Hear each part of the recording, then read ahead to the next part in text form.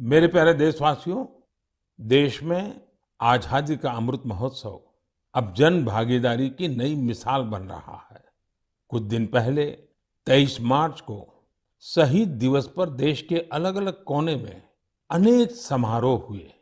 देश ने अपनी आजादी के नायक नायिकाओं को याद किया, श्रद्धापूर्वक याद किया।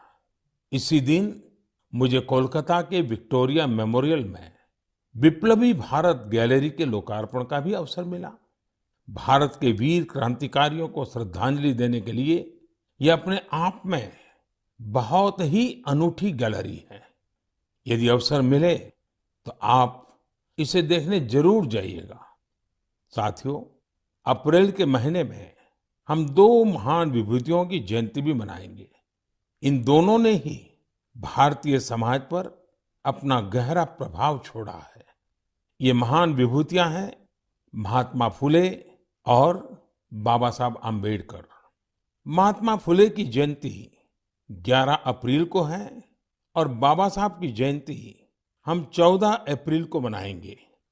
इन दोनों ही महापुरुषों ने भेदभाव और असमानता के खिलाफ बड़ी लड़ाई लड़ी।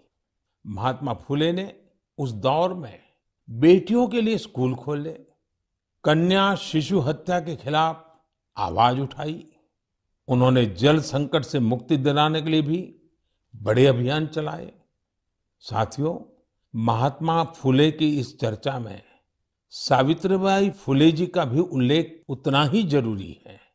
सावित्रीबाई फुले ने कई सामाजिक संस्थाओं के निर्माण में बड़ी भूमिका निभाई। एक शिक्षिका और एक समाज सुधारक के रूप में उन्होंने समाज को जागरूक भी किया और उसका हौसला भी बढ़ाया। दोनों ने साथ मिलकर सत्य शोधक समाज की स्थापना की, जन जन के सशक्तिकरण के प्रयास किए। हमें बाबा साहब आम्बेडकर के कार्यों में भी महात्मा फुले के प्रभाव साफ दिखाई देते हैं। वो कहते भी थे कि किसी भी समाज के विकास का आकलन उस समाज में महिलाओं की स्थिति को देखकर किया जा सकता है।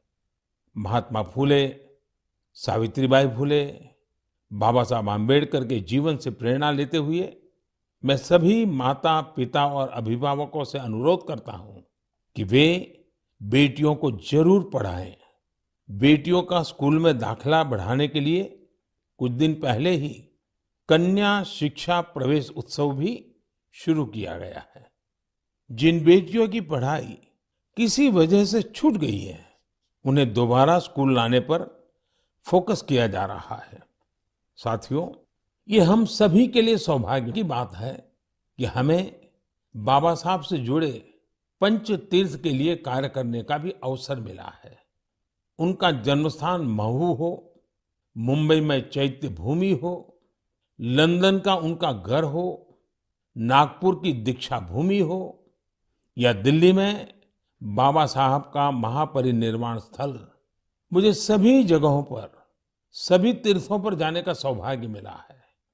मैं मन की बात के श्रोताओं से आग्रह करूंगा कि वे महात्मा फुले, सावित्रीबाई फुले और बाबा साहब आम्बेडकर से जुड़ी जगहों के दर्शन करने जरूर जाएं। आपको वहां बहुत कुछ सीखने को मिलेगा।